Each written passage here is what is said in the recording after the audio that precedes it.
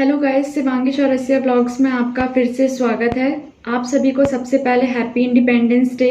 और आपका बिना वक्त ज़ाया किए मैं आपको आज अपनी ग्रुप डी एग्ज़ाम क्रैक करने की जो मैं स्ट्रेटजी अपना रही हूँ वो आपको टिप्स देने वाली हूँ। बहुत सारे बच्चों की कमेंट आई थी हमारे लास्ट वीडियो में कि आप अपनी स्ट्रेटजी बताइए, आप किस बुक से पढ़ रहे हैं और आप मतलब क्या स्ट्रेटजी अपना रही हैं ऐसे मतलब ग्रुप डी को देने के लिए। तो देखिए, जिस तरीके से मैंने एनटीपीसी एग्ज़ाम क्वालिफाई किया सीबीटी 1 और 2, मैं बस वही स्ट्रेटजी फॉलो करूंगी ग्रुप डी में भी, क्योंकि ऑलमोस्ट सिलेबस सेम ही है, बस साइंस थोड़ा सा डिफरेंस आ जाता है उसमें। तो सबसे पहले देखिए, सिलेबस में तो आप सभी को पता है कि maths, reasoning, science, general awareness और जीएस का पार्ट आने वाला है। तो सबसे पहले इसके टफ पोर्शन पे चलते हैं जो कि है हमारा साइंस का सब्जेक्ट। तो देखिए, साइंस के 3 पार्ट्स होते हैं और वो है केमिस्ट्री, बायोलॉजी और हमारा फिजिक्स। तो सबसे पहले तो देखिए, बायोलॉजी के लिए मुझे ज़्यादा प्रॉब्लम नहीं होती है क्योंकि मैं खुद ही एक बायोलॉजी वाली स्टूडेंट हूँ।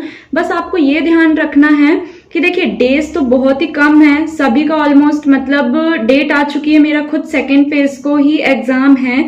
तो ऑल ओवर टॉपिक वाइज पढ़ने का कोई मतलब नहीं है, हमें सिर्फ अपने जो भी हमने पढ़ा हुआ है उसे हमें रिपीट करना है। तो देखिए, बायोलॉजी के लिए आप जो बॉटनिकल नेम्स होते हैं और बायोलॉजिकल नेम्स होते हैं किसी भी हमारे प्लांट के या फिर किसी भी एनिमल के, तो आपको वो याद रखने हैं, क्योंकि काफी जगह पे ऐसे ऐसे प्लांट्स के पूछ लिए जाते हैं बॉटनिकल नेम, या फिर ऐसे ऐसे जानवर के पूछ लिए जाते हैं बॉटनिकल नेम जो मुझसे खुद भी नहीं बनते हैं। तो आपको बॉटनिकल नेम और साइंटिफिक नेम अच्छे से कवर कर लेने हैं बायोलॉजी के लिए, और बायोलॉजी इतनी टफ नहीं है। फिर हम आते हैं केमिस्ट्री की ओर। तो केमिस्ट्री में देखिए, सबसे मेन पार्ट होता है आपका पीरियोडिक टेबल, क्योंकि पीरियोडिक टेबल से 1 या 2 क्वेश्चन जरूर आपके फंसते हैं। तो आप कोशिश करिए कि पीरियोडिक टेबल को अच्छे से कवर कर लीजिए। उसका एटॉमिक नंबर क्या है, एटॉमिक मास कैसे हम निकालते हैं, ये आप देख लीजिए, किसका क्या साइन है, क्या सिंबल है। कोई भी यदि एलिमेंट है तो आपको उसका सिंबल पहचानना आना चाहिए, उसका एटॉमिक नंबर आपको याद रखना है। ये तो हुई सिर्फ पीरियोडिक टेबल की बात। दूसरी बात ये है कि केमिकल रिएक्शंस जो होती हैं केमिस्ट्री में बेसिकली केमिकल रिएक्शन में जो रिएक्टेंट हैं, तो रिएक्टेंट आपस में रिएक्ट करके क्या प्रोडक्ट बना सकते हैं। मतलब कि आपको एक आइडिया होना चाहिए कि अगर आपने कोई केमिकल रिएक्शन नहीं भी पढ़ी है तो 2 रिएक्टेंट आपस में मिलके वो बैलेंस होके क्या प्रोडक्ट बना सकते हैं, आपको इस चीज का आइडिया रखना होगा। और ये कैसे होगा, जब आपको वो सिंबल और उसके एटॉमिक नंबर याद है और आपको वो रिएक्शन बैलेंस करते आ रही है, तो आपको तब जाके ये होगा। और किस मतलब कि कौन से केमिकल जो हैं वो उसका यूज क्या होता है, और जो बैटरीज वगैरह होती हैं तो उसमें कौन से केमिकल्स यूज होते हैं, और बहुत सारे केमिकल्स और बहुत सारी चीजें हैं जिसकी डिस्कवरी किस साइंटिस्ट ने की है, आपको केमिस्ट्री में ये याद रखना है। ये मैं ऊपर का सिर्फ मोटा मोटा पोर्शन बता रही हूँ जिसपे अपन को ज्यादा फोकस होना है। अब लास्ट बचता है आपका फिजिक्स, जो देखिए बहुत से स्टूडेंट्स का प्रॉब्लम होता है, मेरी भी एक प्रॉब्लम है फिजिक्स में, क्योंकि मैं बायोलॉजी वाली स्टूडेंट जरूर हूँ बट फिजिक्स मेरा 12th के बाद से ही छूटा हुआ है और वो मैं ज्यादा पढ़ती भी नहीं हूँ। तो फिजिक्स में आपको करना क्या है कि आपने बायोलॉजी वाला पोर्शन कवर करना है, तो जरूरी नहीं है कि आप हर एक चीज को पढ़ते जाओ।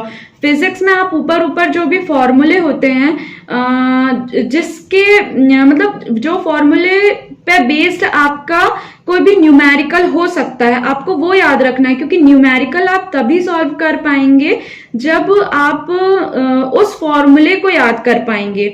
तो फॉर्मूले आप ऐसे याद करिएगा कि आप वहां पे भूले ना, क्योंकि जो भी आपकी इक्वेशन होगी या फिर जो भी वैल्यू होगी उस फॉर्मूले पे पुट करके ही आप कर पाएंगे। तो आई होप कि आपको ये सारी बातें साइंस के उससे समझ में आ रही होंगी।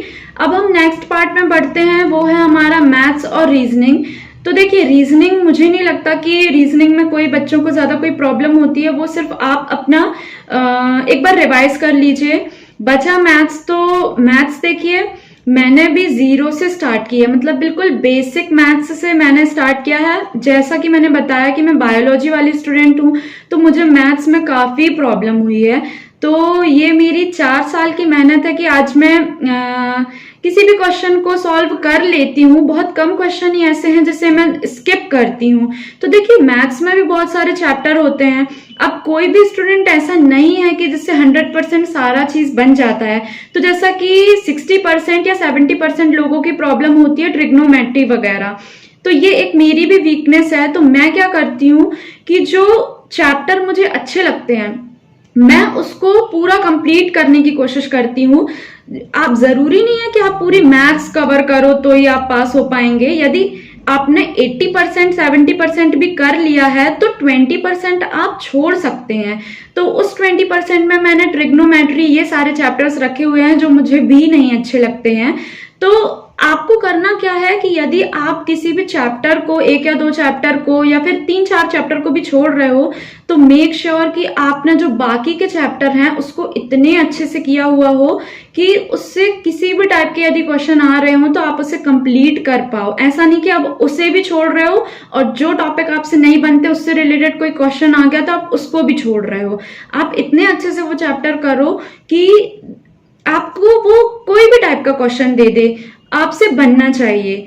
बाकी आपको जरूरी नहीं है कि पूरी मैथ्स हम सीख रहे हैं, और वैसे भी अब ग्रुप डी के लिए बहुत ही कम डेज बचे हैं तो हम हर टॉपिक को क्लियर नहीं कर सकते। अब सिर्फ समय आ गया है कि हमको सिर्फ रिवाइज करना है हर चीज को। तो आप मैथ्स में चाहें तो 1-2 चैप्टर यदि छोड़ भी रहे हैं तो बाकी चैप्टर को इतना अच्छा कर लीजिए, इतना स्ट्रॉन्ग कर लीजिए कि किसी भी टाइप का क्वेश्चन आए आपसे बन जाए वो। तो ये स्ट्रेटेजी है जो मैं मैथ्स में अपनाती हूँ। और अब बचा आपका जीके जीएस और करंट अफेयर्स वाला पार्ट। तो देखिए कि मैंने, बहुत सारे स्टूडेंट्स पूछ रहे थे कि आपने कैसे तैयारी की, तो मैं बता दूं 2018 में मैंने कोचिंग ज्वाइन की हुई थी और लगभग 1 साल की कोचिंग के बाद मेरे पास कई टाइप के, मतलब अच्छे अच्छे नोट्स मैंने कलेक्ट किए और कुछ तो मैंने खुद भी बनाए हैं यूट्यूब से देखकर। अब कई लोगों के कमेंट्स आते हैं कि आपने कौन सी यूट्यूब चैनल से सीखा, तो मैंने किसी एक पर्टिकुलर यूट्यूब चैनल से नहीं सीखा है। मुझे बहुत सारे यूट्यूब चैनल से जो भी छोटी छोटी ट्रिक्स अच्छी लगती थी तो वो मैंने एक नोट्स में लिखती गई कि जिसमें कि मुझे याद रहे कि ये मैंने ट्रिक सीखी हुई है, किसी एक यूट्यूब चैनल से मैंने नहीं सीखा हुआ है। मुझे जो ट्रिक जहां अच्छी लगती थी मैं वो अपनी कॉपी में लिख लेती थी। इसलिए ये 1 या 2 महीने की मेहनत नहीं है मेरी, ये मेरी लगातार 4 साल की मेहनत है, जिसे लेकर मतलब आज मैं कुछ ना कुछ कॉम्पिटिटिव एग्जाम को क्वालिफाई कर पाई हूँ।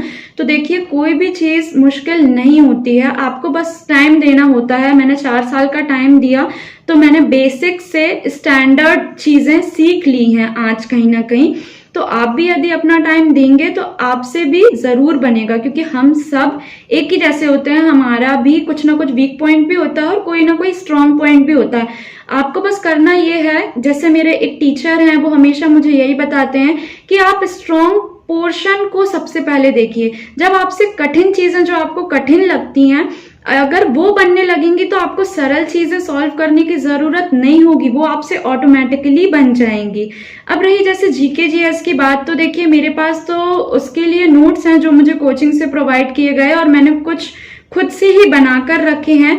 और बाकी करंट अफेयर का पोर्शन ये है कि करंट अफेयर एक ऐसी चीज है जो आप सबसे लास्ट में पढ़ के जाइए। देखिए, हर दिन करंट अफेयर पढ़ रहे हैं वो चलिए ठीक है कि हमने हर दिन का देख लिया, बट मैं क्या करती हूँ, मैं सबसे लास्ट में करंट अफेयर देखती हूँ, क्योंकि उससे प्रॉफिट ये होता है कि सडनली कोई चीज चेंज हो गई है तो आपको वो चीज 2 या 3 बार नहीं पढ़नी होती है, आप सिर्फ 1 बार लास्ट में पढ़ लेते हो। तो मैं करंट अफेयर हमेशा लास्ट एग्जाम के 5 या 10 दिन पहले देखती हूँ, और मैं एग्जाम होने के पहले पहले सिर्फ करंट अफेयर ही ज्यादातर देख के जाती हूँ, क्योंकि उसके पहले मैं बाकी सब्जेक्ट्स को अपना स्ट्रॉन्ग कर लेती हूँ। तो आप भी यदि आपको मेरी स्ट्रेटेजी अच्छी लग रही हो तो आप भी ये फॉलो करके जरूर देखिए। और जीके जीएस वाले पोर्शन में कुछ नहीं है, आप जैसे आपके पास ल्यूशन की बुक तो सारे स्टूडेंट्स के पास होगी ही, तो ल्यूशन की बुक होती सबके पास है, बट उसको पढ़ने का तरीका सबका बहुत अलग अलग होता है। वैसे भी उसमें वर्ड्स हाईलाइट होते हैं, तो जरूरी नहीं है कि वो हाईलाइटेड वर्ड ही आपके एग्जाम में आए। हो सकता है कि उस लाइन में जो वर्ड हाईलाइट नहीं है तो आपका क्वेश्चन चेंज करके आ जाए, आपका ईयर पूछ लिया जाए, जबकि जो भी वॉर हो रही थी आपके उस नाम में हाईलाइट था, तो आपने सिर्फ हाईलाइटेड वर्ड देखा। बट हमको सिर्फ हाईलाइटेड वर्ड नहीं देखना है, आपको पूरी लाइन ही अच्छे से पढ़नी है। तो अगर आपने ल्यूसेंट ही बहुत अच्छे से पढ़ ली है तो मुझे नहीं लगता कि ग्रुप डी कोई इतना बड़ा एग्जाम है कि आपको और बहुत सारे नोट्स की जरूरत होगी। आप बहुत कम टाइम बचा हुआ है तो आप उसको ही अच्छे से पढ़ लीजिए। और एनटीपीसी के एग्जाम में मैंने एक चीज नोटिस की है कि उसमें पंचायती राज व्यवस्था से 1-2 क्वेश्चन और 2011 की जो जनगणना हुई थी उससे क्वेश्चन पूछे गए थे, और जो पंचवर्षीय योजनाएं होती हैं उससे क्वेश्चन रेगुलरली पूछ रहे थे। आप चाहें तो एनालिसिस भी देख सकते हैं। तो मैं आपसे रिक्वेस्ट करूंगी कि आप एक बार उसे भी देख के जाइएगा, उस टॉपिक को कवर अप कर लीजिएगा, क्योंकि हो सकता है कि उससे ग्रुप डी में भी पूछ लिया जाए। बाकी यदि आप अच्छे से मेहनत करेंगे तो ग्रुप डी कोई इतना बड़ा एग्जाम नहीं है कि जिसे आप क्वालिफाई नहीं कर पाए। बस आपको अच्छे से मेहनत करनी है, बहुत कम दिन बचे हुए हैं, आप बिल्कुल रिवाइज कर लीजिए जो आपने पढ़ा हुआ है। और वैकेंसीज भी अच्छी खासी हैं, 1 लाख पोस्ट कम नहीं होती हैं। तो यदि आप अच्छे से पढ़ रहे हो तो आप वो स्टूडेंट जरूर होगे जो आप सिलेक्शन ले जाओगे। और हाँ, अभी ग्रुप डी एग्जाम जब स्टार्ट होंगे तो बहुत सारे यूट्यूब चैनल्स एनालिसिस डालते हैं। आप प्लीज किसी भी यूट्यूब चैनल पर इतना विश्वास मत किया करिए, इवन मेरे यूट्यूब चैनल पर भी इतना विश्वास मत करिएगा यदि आपको कोई प्रॉफिट उसमें नहीं नजर आता है। यदि मेरी बातें हेल्पफुल लगती हैं आपको 1% भी, तब ही जाकर आप मेरे चैनल को फॉलो करिए और वही मेरी ट्रिक्स अपनाइए। यदि आपको अच्छी लगे, आपको वो लगे कि हाँ इससे कुछ प्रॉफिट हो रहा है। बहुत सारे यूट्यूब चैनल्स क्या करते हैं, फेक एनालिसिस डालते हैं, और ये मैंने खुद ही आजमाया है। तो हमें क्या है, ऑथेंटिक चीजें नहीं मिल पाती हैं। तो आप क्या करिए, एक YouTube चैनल है, मैं उसे प्रमोट नहीं कर रही हूँ, मैं उसे पर्सनली फॉलो करती हूँ, टॉप ट्रेंडिंग जीके। ये 100% रियल और ऑथेंटिकेट आपको क्वेश्चन प्रोवाइड करते हैं, क्योंकि जब मैं एग्जाम देकर आती थी और मैं उससे एनालिसिस देखती थी, मुझे हर एक क्वेश्चन सेम मिलता था। तो देखिए, मैं कोई प्रमोशन नहीं कर रही हूँ किसी वीडियो का, सिर्फ पर्सनली खुद से बता रही हूँ कि सिर्फ वही एक चैनल है जो मुझे लगा कि रियल क्वेश्चंस के एनालिसिस डालते हैं। तो आप प्लीज किसी भी यूट्यूब चैनल को अंधाधुंध फॉलो मत किया करिए, आप सिर्फ रियल चीजें फॉलो करिए। और ग्रुप डी के एग्जाम के लिए ऑल द वेरी बेस्ट। जो भी चीजें मैंने आपसे बताई हैं, यदि आपको ठीक लग रही हैं तो आप उसे फॉलो करिए। और यदि आप जानना चाहते हैं कि मैं टॉपिक क्या क्या कवर कर रही हूँ लास्ट सिचुएशन में, क्योंकि एग्जाम अब आने ही वाले हैं, तो आप कमेंट सेक्शन पे ये भी मुझे जरूर बताइएगा। तो थैंक यू सो मच, और आपके एग्जाम्स के लिए आपको ऑल द वेरी बेस्ट।